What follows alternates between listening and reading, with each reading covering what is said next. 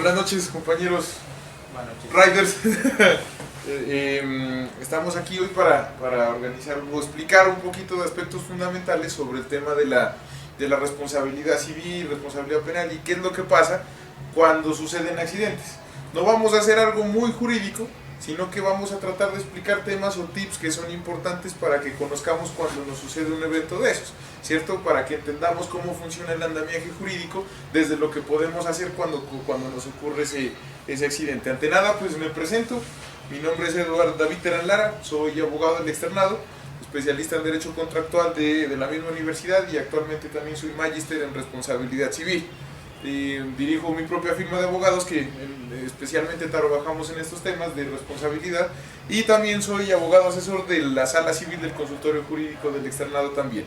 Entonces, digamos que desde el punto de vista de la experiencia, algo práctico tenemos para que lo apliquemos aquí en la charla. Bueno, lo primero que hay que explicarles es cuáles son los temas que vamos a tratar hoy respecto de la responsabilidad civil. Primero vamos a definir qué es el accidente de tránsito. Entonces, para que entendamos, porque tenemos tal vez una visión restringida al respecto y lo importante es que sepamos bien qué significa un accidente de tránsito.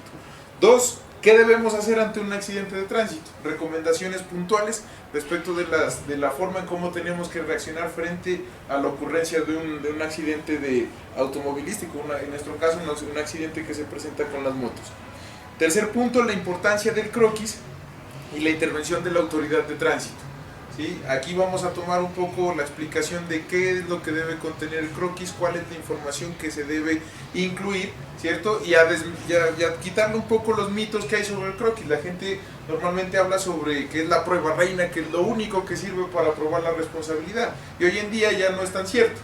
Hay otros elementos exógenos o factores externos que le dicen a uno, también hay que analizar la responsabilidad, no solamente con lo que está en el croquis, sino también con lo que pasó, con todos los elementos que uno pueda llevar al juicio y con los elementos que uno pueda tener allá. Lo cuarto, ¿para qué sirve el SOAT? En ese aspecto nos vamos a centrar en las coberturas, de qué es lo que cubre, cuáles son los gastos médicos, qué pasa en caso de pérdida de capacidad laboral, qué pasa en caso de muerte, que también es importante que lo sepamos. Quinto, hay una explicación de las diferencias entre la responsabilidad civil y la responsabilidad penal por una razón importante. Y es que cuando automáticamente sucede un accidente de tránsito, el policía o la persona que acude, digamos, como autoridad de policía, lo primero que hace es enviar el expediente o enviar la circunstancia al fiscal. ¿Por qué al fiscal? Porque lo primero que se presenta para la ley, digamos que es una presunción, es que cada vez que hay un accidente hay lesiones personales culposas. Entonces el fiscal es el primero que está llamado a revisar qué fue lo que sucedió.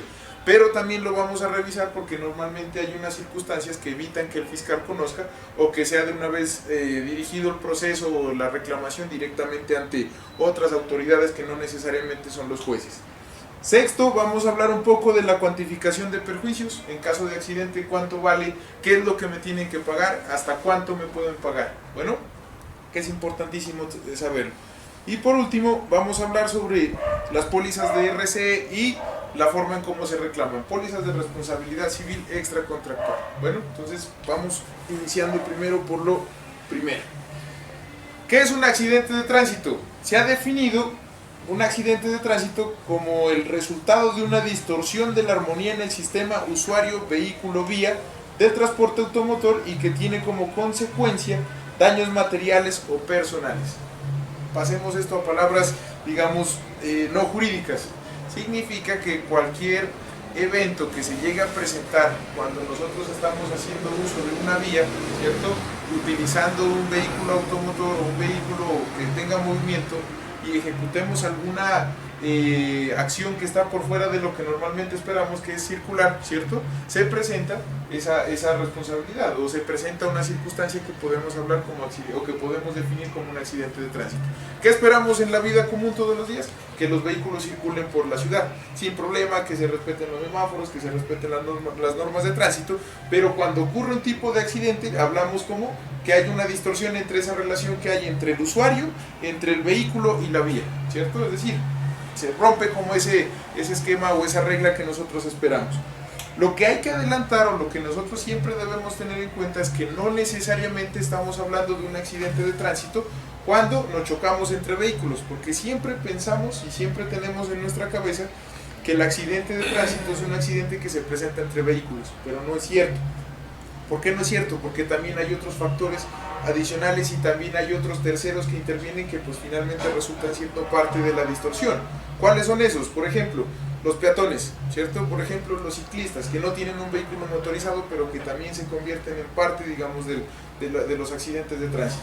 ¿Sí? También podemos tener accidentes de tránsito con objetos inmóviles, ¿cierto? Incluso los vehículos, ¿sí? No necesariamente tienen que estar en movimiento para convertirse en parte de un accidente de tránsito. Si está mal parqueado, digamos que esa es una forma o una opción de responsabilidad. Porque como vuelvo y les digo, nosotros siempre creemos que es cuando estamos en movimiento y cuando son dos vehículos, cuando se presenta una colisión entre dos vehículos y no es así, ¿vale? Entonces esa es la primera precisión que tenemos que hacer frente a este tema. El ciclista y un peatón también se considera como accidente de tránsito, ¿sí? Digamos que la acepción no está restringida únicamente a los vehículos, sino también cuando hay intervención de un ciclista frente a un peatón. Entonces, todo el andamiaje jurídico, digamos que se presenta es en relación a esa circunstancia comprobada de que se presentó un choque entre dos vehículos, se presentó un choque entre un vehículo y un atropellamiento, por ejemplo, ¿cierto? O sea, es decir, también estamos hablando de la intervención del peatón, también podemos hablar de los accidentes que se presentan directamente con objetos inamovibles, carga que esté en la mitad de la vía, semovientes también, ¿cierto? Porque normalmente salen vacas por ahí en el medio de la carretera y nosotros terminamos accidentados con esos animales. Caballos. Y nos hemos preguntado caballos, ¿cierto? Los perros también, que también finalmente terminan siendo semovientes para la ley, digamos que siguen siendo objetos. Un árbol, caídas, lo que sea. También pueden ser incluso materiales de obras, materiales de trabajo que se esté ejecutando durante la labor de reparación de vías, etc. Una alcantarilla destapada. Todos esos elementos son parte, digamos, esencial, son parte esencial y primordial del análisis que tenemos que hacer. Bueno, volvamos. La pregunta es que si el policía cuando sucede un accidente entre la bicicleta y el peatón tiene la obligación de levantar el croquis. Yo pienso que sí, y es obligación por una razón importante. Finalmente hay lesiones personales con el peatón o incluso la muerte. He visto casos en los que una bicicleta es suficiente para matar a una persona culposamente, ¿no? Pero para mí en ese caso sí es necesario que se levante el croquis, para que se determine bien qué fue lo que sucedió. Yo lo exigiría en mi caso, yo lo haría y le pediría a la gente de tránsito que está ahí en el lugar de los hechos que por favor hagan levantar. Y no se pueden negar. No se podrían negar, tendrían que hacerlo, porque es que finalmente esa es la prueba más importante que hay para que nosotros vayamos hasta la jurisdicción, ¿sí? A reclamar nuestros derechos. Yo sí lo exigiría y lo pediría. Y que ambos son actores viales. Exactamente. Yo me voy a ese ejemplo pequeñito, porque pues lo más grande obviamente pues tiene que levantarse, creo que es un camión, una mula, exacto. Pero me voy a ejemplo más pequeño porque pues uno pensaría que eso es arreglar entre los dos y no, pero si hay un lesionado, muerto o algo, pues... Claro, ahí hay otra cuestión y lo vamos a ver. Hay eventos, y lo vamos a ver más adelante, hay eventos en los que hay un accidente pequeño, ¿sí? Y en los que solamente hay daños entre carros, entre la moto, la bicicleta, un rayoncito, un rasponcito. El policía tiene la facultad de conciliar ahí mismo, de decirles, oiga, arreglen esta vaina aquí. Se firma un documento porque se les explica que el seguro, que los patios, que la multa, que bueno, entonces el agente de tránsito en ese momento tiene esa facultad y que concilien, firman un documento que ya les explico qué es lo que necesita contener para que cumpla pues efectos jurídicos y que si se acaba el problema ahí, no trasciende, no va más allá. Entonces todo se queda en ese caso. Ahorita lo revisamos y regresamos a esa cuestión. Bueno, entonces, aspectos prácticos. ¿Qué hacer cuando estamos involucrados en un accidente de tránsito? Pues lo primero, y si estamos conscientes, que eso es lo más importante, hay que llamar requerir la presencia de la autoridad de tránsito. Es importante, en cualquier lugar en donde nos encontremos, ¿sí? La autoridad de tránsito normalmente o por regla general, digamos en Colombia son los mismos policías, ¿sí? Pero hay lugares en donde no hay policía de tránsito. Entonces, ¿a quién llamamos? Toca al alcalde o algún delegado de la alcaldía que haga las veces.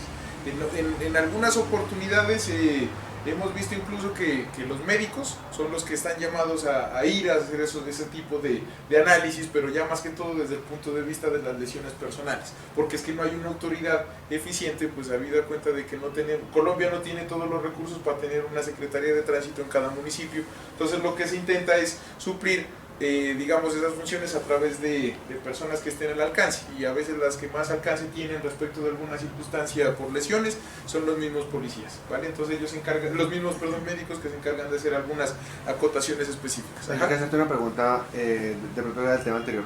Cuando el accidente de tránsito no ocurre en lo que sea una vía pública, por ejemplo ocurre dentro de un conjunto residencial o dentro de un centro comercial, ¿aplican las mismas leyes de tránsito normales, nacionales? No, ahí aplican regulaciones, digamos, de carácter general, porque es que la norma de tránsito es para las vías públicas, ¿cierto? Y eso sí es importantísimo saberlo, porque si nos accidentamos dentro de una vía privada, aplican las reglas generales. ¿Qué significa la aplicación de reglas generales? Hay que determinar la responsabilidad, y finalmente esa responsabilidad solamente se refiere a la persona que tenía a su alcance la administración, o que tenía a su alcance el control del acceso a la vía privada.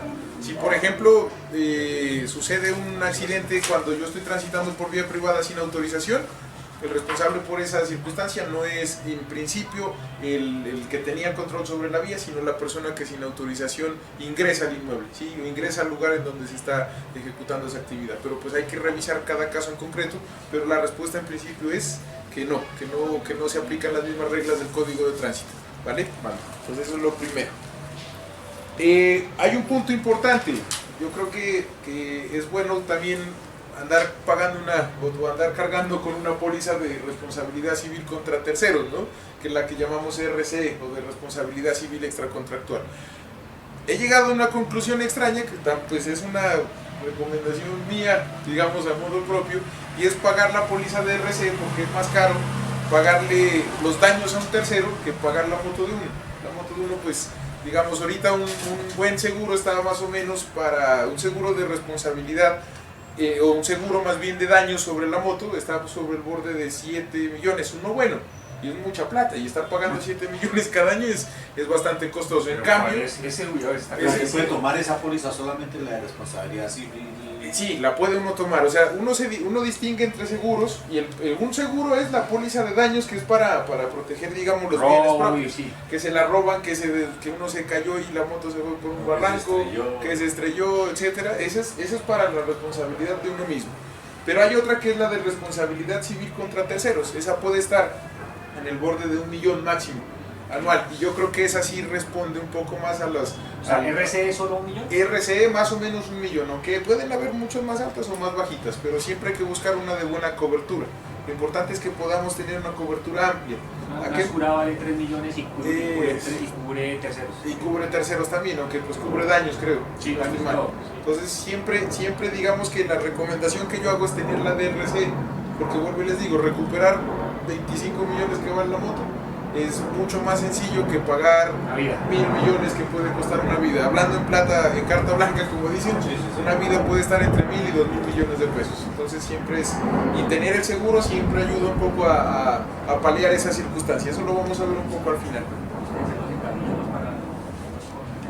Beneficios de llamar a la aseguradora, que inmediatamente llegan personas expertas en el asunto. Abogados, llegan técnicos, llegan los mecánicos, etcétera. ¿Para qué? Para que ayuden a soportar la circunstancia que se está presentando. Normalmente llega de primero el abogado, que debería llegar primero la ambulancia, pero el abogado llega antes que la ambulancia. Cuando tiene seguro. Sí, cuando hay seguro. Sí. Entonces esto en Colombia funciona al revés. El que debería estar primero es el paramédico, pero finalmente el abogado está más enterado de muchas otras cosas que antes que el mismo paramédico. ¿Cuál es la otra recomendación que yo hago ahí? Y es llevar los datos personales de acceso fácil, ¿sí? Las manillas o las anotaciones de las calcomanías que uno hace en la moto, tipo de sangre, el nombre completo, exactamente. Son manillas muy importantes. ¿Para qué? Porque es que en un evento de un accidente, cuando uno queda inconsciente, no hay datos, y lo más importante son los datos, por ejemplo, de transfusión. Sí, incluso también hay una sentencia que habla por allá de la Corte que también se debe incluir si hay prohibición para recibir transfusiones sanguíneas. Hay algunas religiones que tienen esa prohibición, testigos de Jehová por ejemplo, entonces hay que colocarla porque pues eso indica que no habrá lugar a esa transfusión porque pues es alterar la vida frente a la libertad, pero eso es una demanda brava, entonces es importante tener esos datos para que lo hagamos. Yo no lo tengo todavía porque no lo he conseguido, pero sí hay que hacerlo. Sí hay que eso es cuando uno queda inconsciente y eso es importantísimo hacerlo. Eso es importantísimo.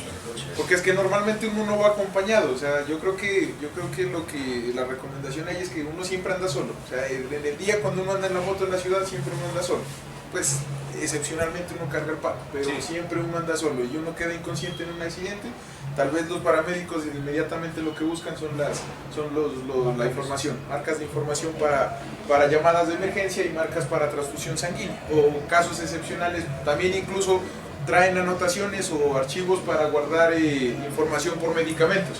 Y eso es importantísimo. Bien, bueno, si quedamos conscientes, ¿sí? Y tal vez digamos no pasa, no agrava la lesión, lo primero y lo más importante que hay que hacer es estar pendientes de la elaboración del croquis. ¿Sí? ¿Y croquis qué va a hacer? Como les digo, el croquis es uno de los elementos más importantes en caso de accidente. El croquis es un resumen de varios factores que el policía analiza cuando se presenta el accidente de tránsito. Entonces, por ejemplo, ¿para qué sirve el croquis? El croquis normalmente contiene los elementos de observación del agente de tránsito, entonces él va y empieza a revisar desde dónde fue que ocurrió el frenado, revisa y analiza las huellas de frenado, también hace tomas fotográficas, se encarga de reconstruir la escena de lo que ocurrió y tomar una decisión. ¿Cómo va a tomar esa decisión? Con base en todos esos factores que tiene que analizar. Factores medioambientales, más adelante los vamos a ver un poco más detallados, pero es para explicarles. Factores ambientales, que si estaba lloviendo, que si el piso tenía grava, que si las llantas estaban lisas, que si el frenado fue muy seco, cuál era la velocidad. Todos esos elementos son importantes ¿para qué? Para que queden dentro del croquis. ¿Sí? Porque la primera es la parte de información, donde es datos personales, tu ubicación, todo, mejor dicho, datos personales. La segunda parte es donde se dibuja, digamos, como el accidente.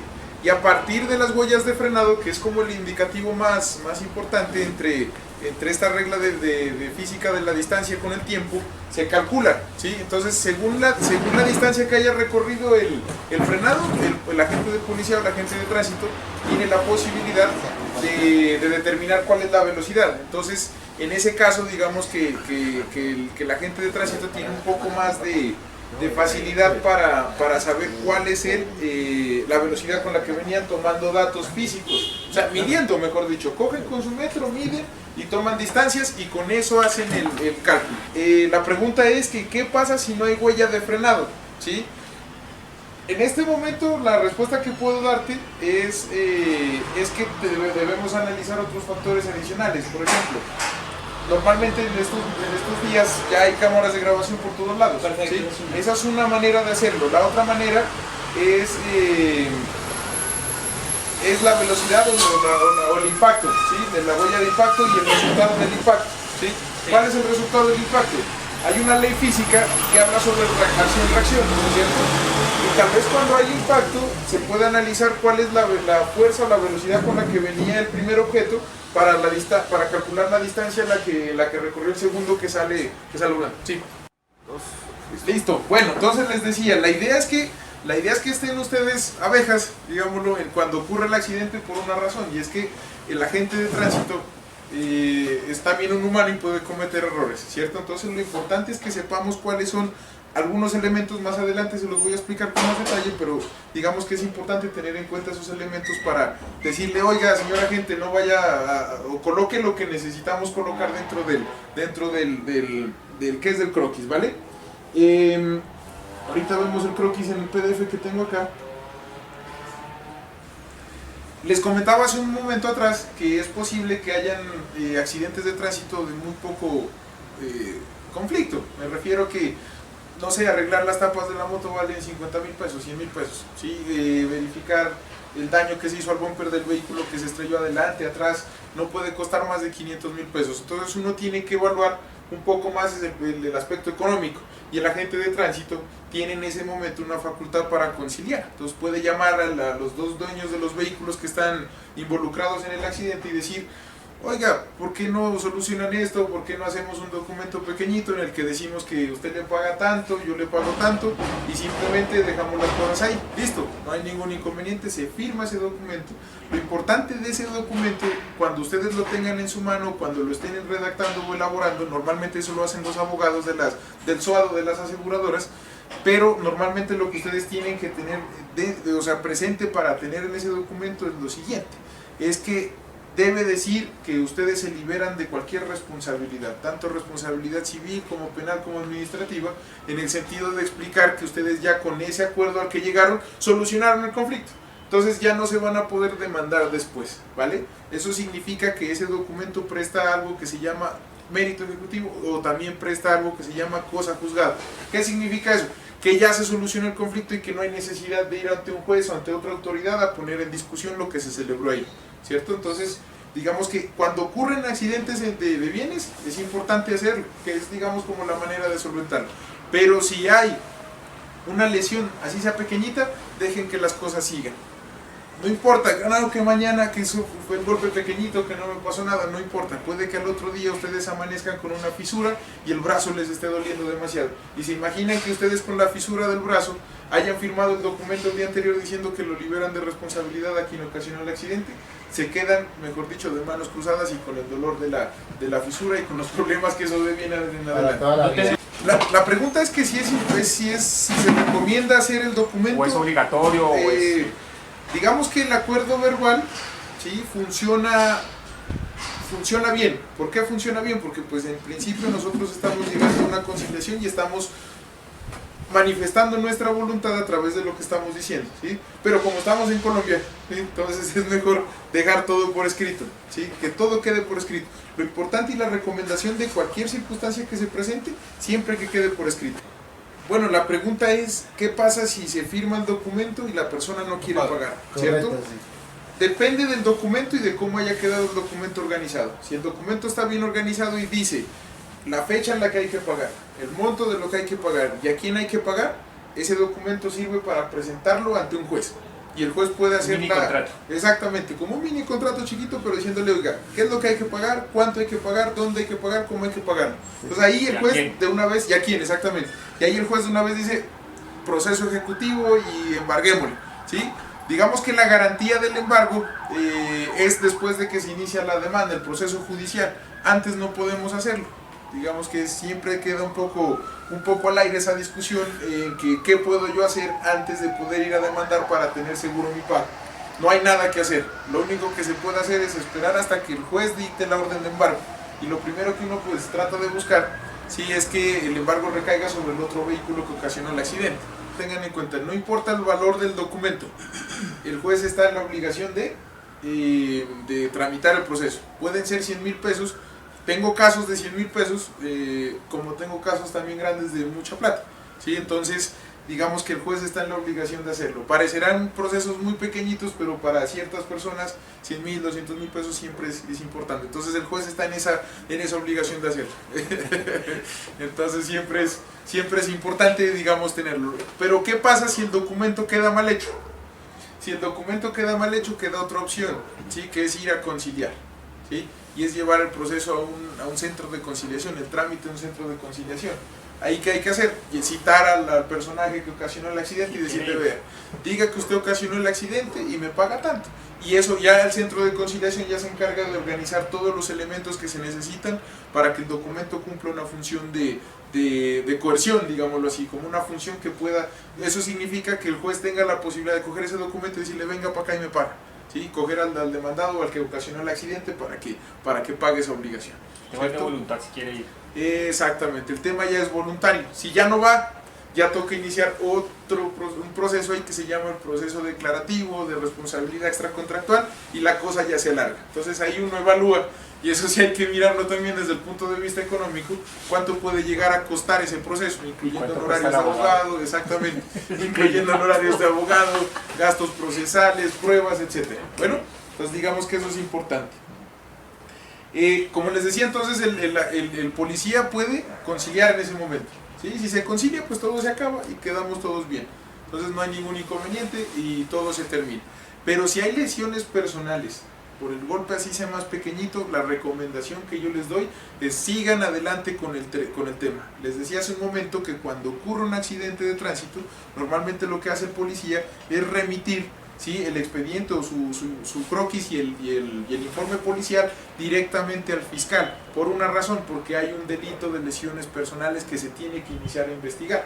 Entonces el fiscal recibe ese expediente y entonces, ¿qué es lo que aseguran ustedes ahí? Primero, pueden asegurar que el otro vehículo quede embargado de una vez. Hay una orden que de una vez el fiscal dicta diciendo dejen ese carro y lo prohíben vender, ¿sí? Entonces de antemano ustedes ya tienen una garantía diciendo que con ese carro al menos les van a pagar algo, o con la moto, con lo que sea que esté después, ¿cierto? Y lo segundo, que también van a tener tiempo de evaluar las lesiones que ustedes presentaron. ¿Por qué razón? Como les decía, uno puede caerse, no sentir el golpe al inicio, tener una fractura o una fisura y no darse cuenta en ese momento, pero el problema se empieza a agrandar o se empieza a evidenciar a futuro cuando uno se va analizando, ¿sí? El médico le dice no, que tiene una fractura, que se lesionó el ligamento cruzado de yo no sé qué cuántas vainas, y resulta que la lesión del pequeño golpe que se sufrió el día del accidente termina siendo una lesión enorme, ¿sí? Entonces es importante que cuando resulten golpeados traten de llevar el tema hacia extenderlo un poquito más para que ustedes estén con la seguridad de que su cuerpo por esa lesión no ha sufrido demasiado, ¿sí? Es para que no vayan a perder de vista ese tema. Miremos el croquis. El croquis es el mismo desde el 2006, digamos que no ha cambiado o no ha tenido, digamos, mayores modificaciones por el Ministerio de Transporte.